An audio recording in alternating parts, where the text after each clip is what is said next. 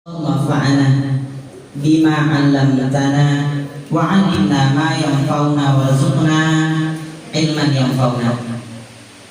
Alhamdulillah, puji dan syukur senantiasa kita panjatkan kehadirat Allah Azza wa Jalla yang telah mempertemukan kita di kesempatan pagi menjelang siang ini dalam keadaan sehat walafiat, di kesempatan dan momen yang luar biasa yang mungkin jarang untuk kami bisa hadir di sini.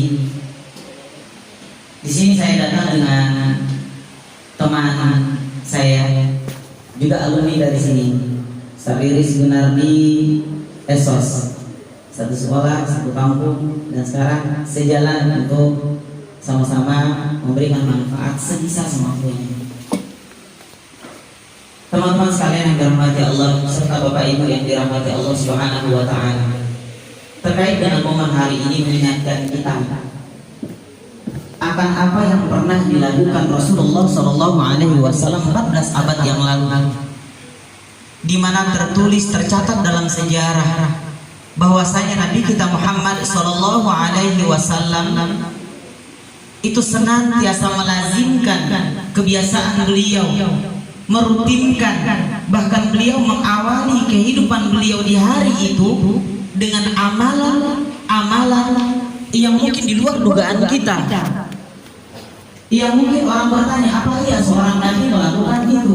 Seorang nabi yang telah dijamin masuk surga, dosanya diampuni oleh Allah Subhanahu wa taala, khatamun nabiyyin, penutup para nabi, yang menjadi khalilullah, yang menjadi kekasihnya Allah Subhanahu wa taala. Namun coba kita perhatikan, kita tilik apa yang Rasulullah Shallallahu Alaihi Wasallam lakukan. Dijelaskan dalam sebuah hadis yang sahih dari riwayat yang sahih, di mana Rasulullah Shallallahu Alaihi Wasallam setelah melaksanakan salat subuh merutinkan, setelah zikir dan wiridnya melazimkan sebuah doa yang keluar dari lisan beliau. Apa doanya? Allahumma inni as'aluka ilman nafi'an wa rizqan thayyiban wa amalan mutaqabbalan.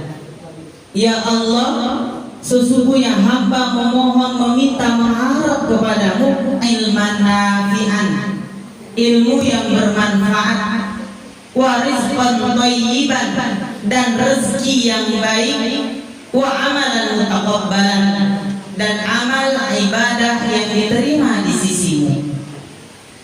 Hadirin sekalian yang dirahmati Allah Subhanahu wa taala, orang yang berakal, yang Allah sifati dengan bahasanya Al-Qur'an ulil albab, itu tidak sebatas mendengar atau sepintas tahu, tapi berupaya menggali kenapa dan ada apa. Yang pertama, apa pelajaran yang bisa kita ambil dari hadis ini?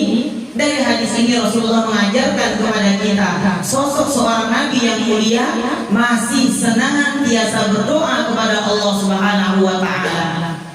Tadi disampaikan acara kita doa bersama, ada makna yang hendaknya kita selami dari balik kalimat tersebut.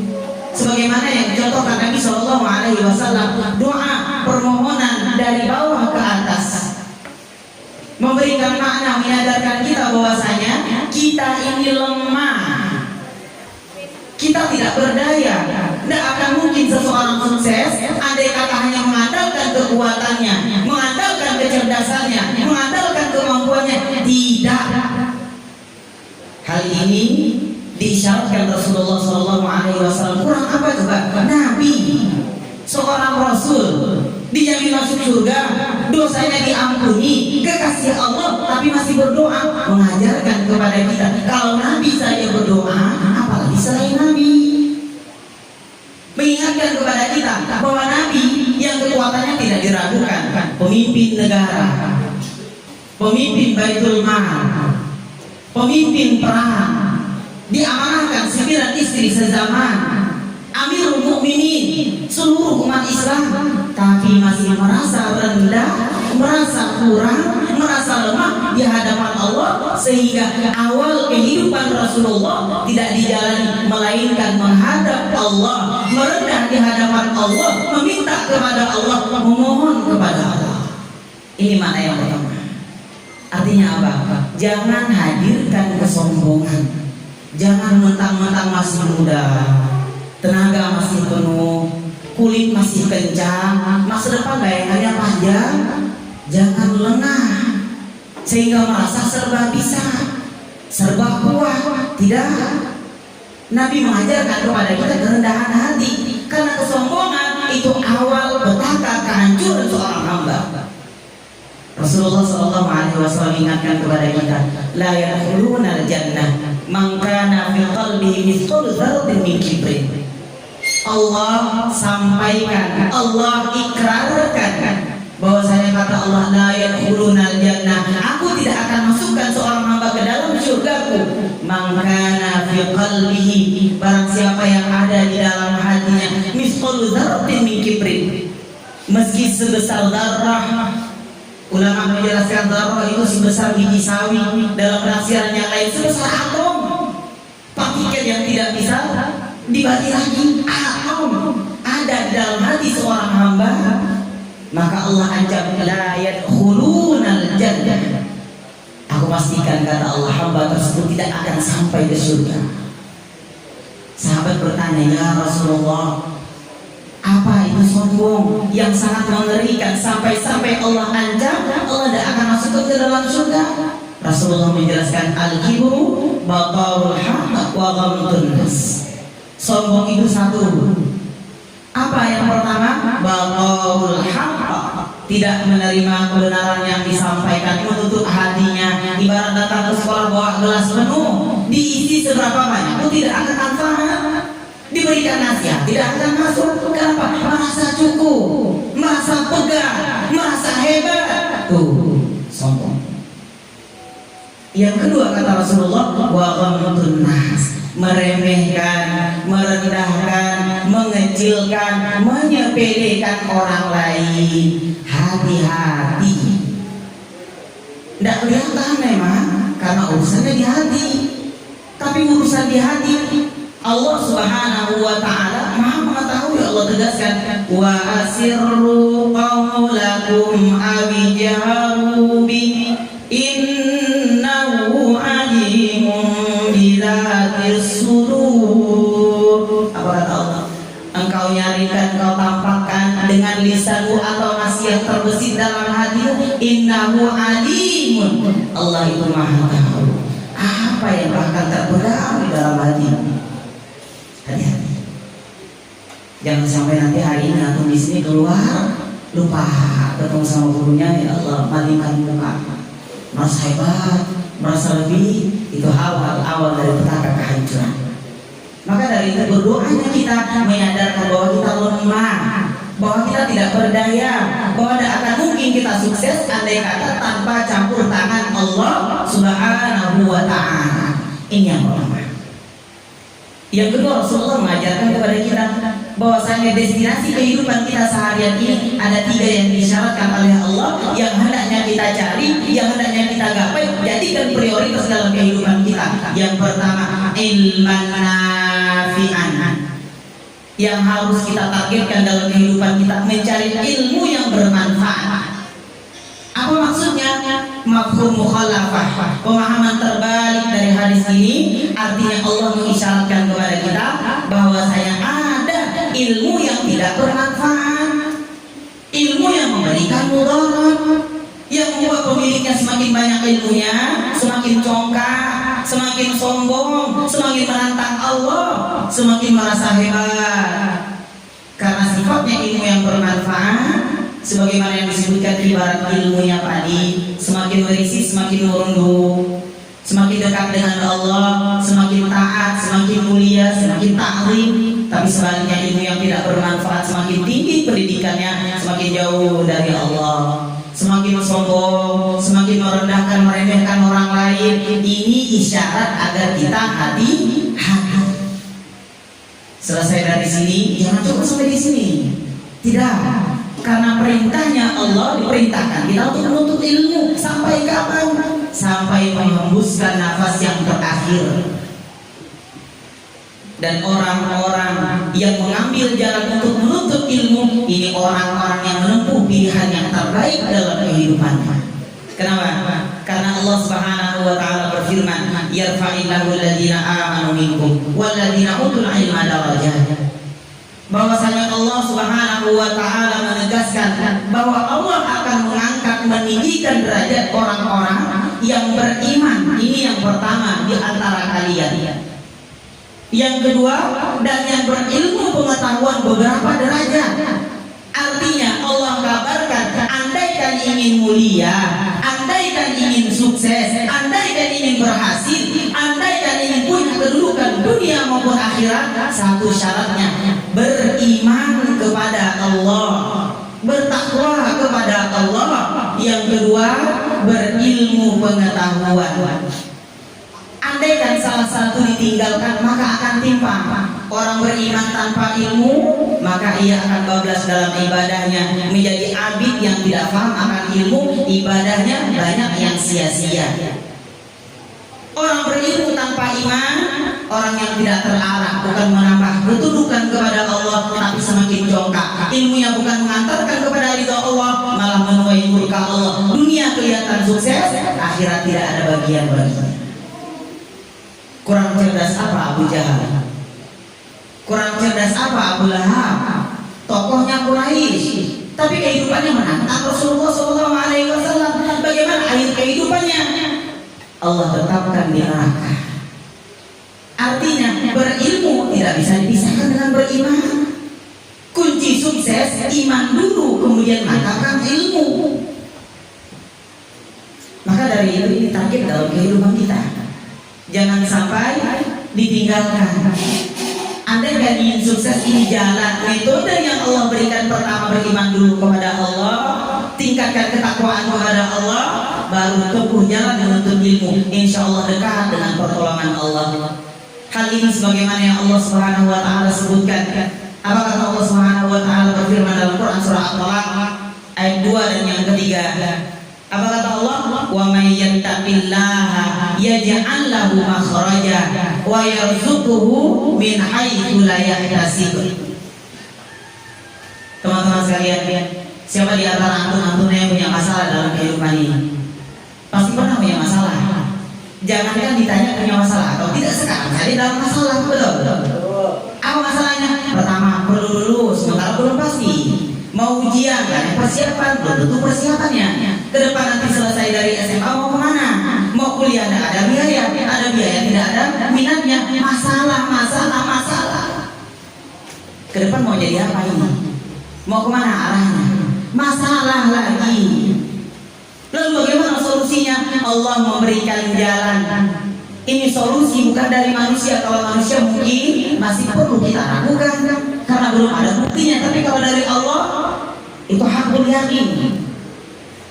Karena orang-orang sukses sebelum kita, mereka menempuh jalan ini. Kalau ingin sukses, belajar dari orang-orang sukses, tempuh jalan orang-orang sukses, pelajari bagaimana kehidupan orang-orang sukses. Jangan berhayal sukses, belajar dari orang gagal. Nongkrong bersama orang-orang gagal, tidak bakalan bisa. Bak kata pepatah menyebutkan, terjun najata walam tasruk masanika, inna safinata la tajri ala al-yabasi. Terjun najata walam tasruk masanika, inna safinata la tajri ala al-yabasi. Al-Hikmah menyebutkan, barang siapa yang ingin sukses, berhasil, hendaklah ia menempuh jalannya. Dan barang siapa yang ingin sukses tapi tidak pernah menempuh jalannya, ibarat kapal layar yang berlayar di atas gurun padang pasir sampai ke tujuan. Bangun tidur ngayal, duduk di warung kopi mau jadi apa? Besok tidur lagi. Tidak ada kesuksesan dengan modal tidur, tidak ada kesuksesan dengan modal ngayal. Tapi tempuh jalannya, ikuti prosesnya, sabar dan bertahan sampai finish. Karena orang sukses Siapa mereka? The winner itu siapa mereka? Orang yang mampu menempuh jalan dengan sabar, bahkan yang sampai ke surganya Allah juga. Allah sebutkan, salamun alaikum bima sabartum. Malaikat yang Allah tugaskan di pintu surga menyambut para penghuni surga dengan kalimat salamun alaikum, selamat, sukses atas kalian, bima sabartum, karena selama di dunia kalian sanggup berhasil sabar. Artinya tidak ada orang sukses tanpa menghadirkan kesabaran. Orang sukses, orang yang kenyang penderitaan. Siapa orang yang bahagia? Orang bahagia adalah orang yang kenyang menderita. Yang sukses orang yang mungkin pernah gagal. Tidak ada kesuksesan seenak lenggang kaku. Bahkan Allah menegaskan, ahasiban nasu an yaqulu amanna wa hum la yuftanun. Apakah kalian mengira dengan gampang, dengan nyaman kalian mengucapkan, oh saya beriman kepada Allah sebelum aku uji, kata Allah. Artinya kesuksesan tidak bisa dipisahkan dari ujian. Pemenang orang yang sanggup bersabar melewati ujian. Pecundang orang yang lari dari masalah. Pemenang orang yang menyelesaikan masalah. Masalah solusi, masalah solusi, dan Allah berikan solusi dalam permasalahan kita. Ini kunci. Ya, ini kalau memang masya Allah momen ini luar biasa. Terakhir kita pernah ikut pembekalan persiapan ujian ini sebelum COVID ya. Kita pernah ikut rombongan ke SMA Sebawi dan terakhir ke SMA 2 Sungai Pinang. Dan alhamdulillah saat ini kita berada di sini. Sampai kita sampaikan ya, bahwasanya ada solusi yang Allah tawarkan, ini solusi terbaik. Apa kata Allah? Wa may yattaqillah, barang siapa yang bertakwa kepada Allah Subhanahu wa taala, yaj'al lahu makhraja. Allah berjanji kepada orang yang bertakwa, Allah yang akan hadirkan solusi dari setiap permasalahannya. Ada masalah, Allah memberi solusi. Makanya kalau punya masalah, ini nih jalannya. Bukan punya masalah, update status, hanya mempermalukan diri, membeberkan kekurangan kita, menampakkan kelemahan kita. Tidak ada manfaat. Celotehan komen 1000 sekali pun tidak manfaat kalau tidak di follow up. Cerita dengan teman belum tentu dia berikan solusi. Kalau dia juga punya masalah, yang bahkan mungkin masalahnya tidak bisa diselesaikan. Lalu apa solusinya? Hamparkan saja dah. Nangis di hadapan Allah, adukan kepada Allah, tingkatkan takwa, tinggalkan maksiat. Tinggalkan maksiat, tinggalkan kelalaian. Allah berjanji, yaj'al lahu makhraja. Allah Subhanahu wa taala yang akan hadirkan solusi dalam setiap permasalahannya. Ringan, lempeng kehidupan kita. Kenapa? Backingnya kita Allah. Allah Subhanahu wa taala itu Maha membolak-balik hati. Gampang bagi Allah merubah benci menjadi cinta, merubah kesulitan menjadi kemudahan, merubah masalah menjadi peluang. Tapi satu, tingkatkan takwa, jauhi maksiat, jangan tergiur dengan dunia yang secuil, mengorbankan akhirat, pilihan yang tidak tepat. Allah memberikan solusi, bukan solusi yang ditawarkan manusia. Solusinya Allah, itu tidak bisa diragukan lagi. Allah mengabarkan, Allah akan berikan solusi, namun satu syaratnya, ittaqillah, bertakwalah kepada Allah Subhanahu wa taala. Yang kedua kata Allah Subhanahu wa taala, Allah melanjutkan dalam firman bahwasanya wa yarzuquhu min haitsu la yahtasib. Allah pun berjanji bahwa Allah akan memberikan rezeki dari jalan yang tidak disangka-sangka, rezeki dari jalan yang tidak diduga-duga. Tadi masya Allah disampaikan beberapa peluang belajar. Ketahuilah teman-teman sekalian, kesuksesan itu baru akan dapat suksesnya andai kata terpenuhi dua syaratnya. Dan dua ini yang harus kita targetkan, harus aku miliki. Satu, adanya kesiapan. Dua, adanya kesempatan. Antum siap tidak ada kesempatan, tidak jalan. Ada kesempatan terbuka peluang di depan mata tadi dibeberkan. Antum tidak siap, tidak akan berhasil. Tugasnya antum fokus persiapan, cari peluang, masuk ke jalannya, tingkatkan takwa kepada Allah, insya Allah solusi Allah hadirkan. Ada masalah, Allah yang akan memberikan solusi. Kesulitan dalam rezeki, Allah berjanji, wa yarzuquhu min haitsu la yahtasib. Allah yang akan berikan rezeki dari jalan yang mungkin tidak kita sangka-sangka. Maka dari itu, sama-sama kita mengingatkan muhasabah diri. Dan di kesempatan ini kami mengingatkan, jangan berhenti menuntut ilmu. Teruslah belajar. Kenapa? Hanya dengan ilmu pengetahuan kita akan mulia sebagaimana yang Allah sebutkan. Bahkan Imam Asy-Syafi'i menegaskan, man arada dunya fa'alaihi bil ilmi wa man arada al-akhirata fa'alaihi bil ilmi wa man aradahuma fa'alaihi bil ilmi. Barang siapa yang ingin sukses di dunia, syarat wajib dan mutlak harus berilmu. Wa man aradal akhirata, barang siapa yang ingin sukses di akhirat, syarat mutlaknya harus berilmu. Wa man aradahuma, yang mau sukses dunia, mau sukses akhirat, syarat mutlaknya harus memiliki ilmu. Sebagai penutup, yang tadi diingatkan dalam lama-lama rasanya.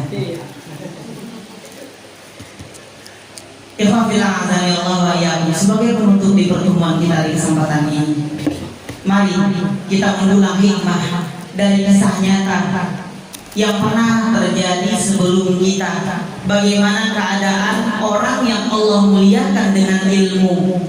Dan tidak sedikit kisah nyata yang Allah paparkan di hadapan kita, bahwasanya banyak orang-orang yang Allah hinakan ketika tidak memiliki ilmu. Dikisahkan, diriwayatkan, sebelum kita hidup seorang anak yang bernama Muhammad bin Abdurrahman Al-Awqas. Siapa namanya? Muhammad bin Abdurrahman Al-Awqas. Ini anak ditakdirkan oleh Allah lahir ke dunia dalam postur yang tidak ideal, dalam keadaan yang tidak seperti yang lain, punya keterbatasan, punya kekurangan secara fisik. Diriwayatkan Muhammad bin Abdurrahman Al-Awqas itu lehernya pendek sampai masuk ke dalam, belakangnya bungkuk saja lahir. Dilahirkan dari rahim seorang ibu yang salihah. Ia melihat keadaan anaknya sudah mulai terbesit dalam hatinya, anaknya tidak seperti yang lain. Ketika ia membersamai anaknya, semakin bertambah umurnya sampai anaknya bisa memahami kalimat kuntayat kata dari ibunya. Ibunya bilang, ya bunayya, wahai anakku, dengarkan nasihat ibumu.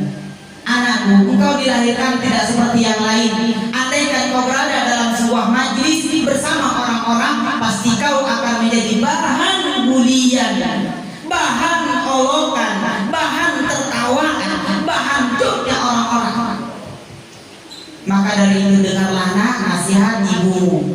Fa'alaika bitalibul ilmi, maka wajib bagimu untuk memperdalam, mempelajari ilmu pengetahuan. Kenapa? Karena Allah Subhanahu wa taala menjanjikan, yarfa'illahu alladziina aamanu minkum walladziina utul ilma darajat. Pencipta langit dan bumi, pencipta kita wahai anakku berjanji, yarfa'illahu alladziina aamanu minkum, Allah akan mengangkat derajat orang-orang yang beriman di antara kalian, walladziina utul ilma darajat, dan orang-orang yang berilmu dalam beberapa derajat. Andaikan engkau ingin mulia, tidak ingin menjadi bahan olokan, candaan, remehan teman-temanmu, wajib bagimu menuntut ilmu. Ini Masya Allah, nasihat sang ibu menancap di hati anak. Ini bekal bagi akhwat. Andaikan Allah izinkan menjadi seorang ibu, cari ilmunya, menjadi ibu rumah tangga perlu ilmu. Bukan selesai SMA nikah tanpa ilmu, 3 bulan rumah tangga berantakan, lahir anak repot penuh keluhan. Betul, ada yang begitu.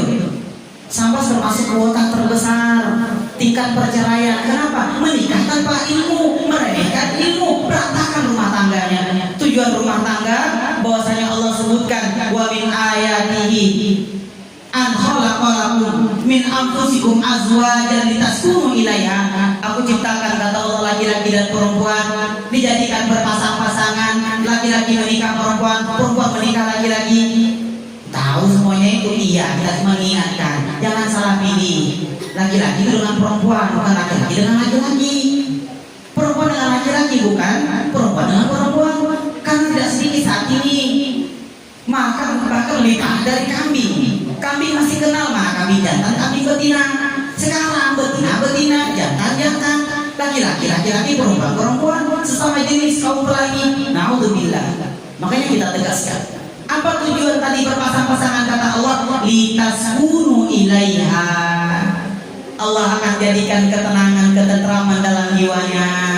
Tenang, pulang ke rumah Adam, sehingga sampai ungkapan hikmahnya, baiti jannati, rumahku surgaku. Namun tidak akan terwujud andai kata rumah tangga dibina tanpa ilmu. Bukan baiti jannati, tapi baiti nar, rumahku nerakaku. Pulang ke rumah gelisah, tidak betah tinggal di rumah, perlu muhasabah, mungkin ada yang kurang. Ini perlu ilmu. Nasihat ibu menancap karena ibunya berilmu.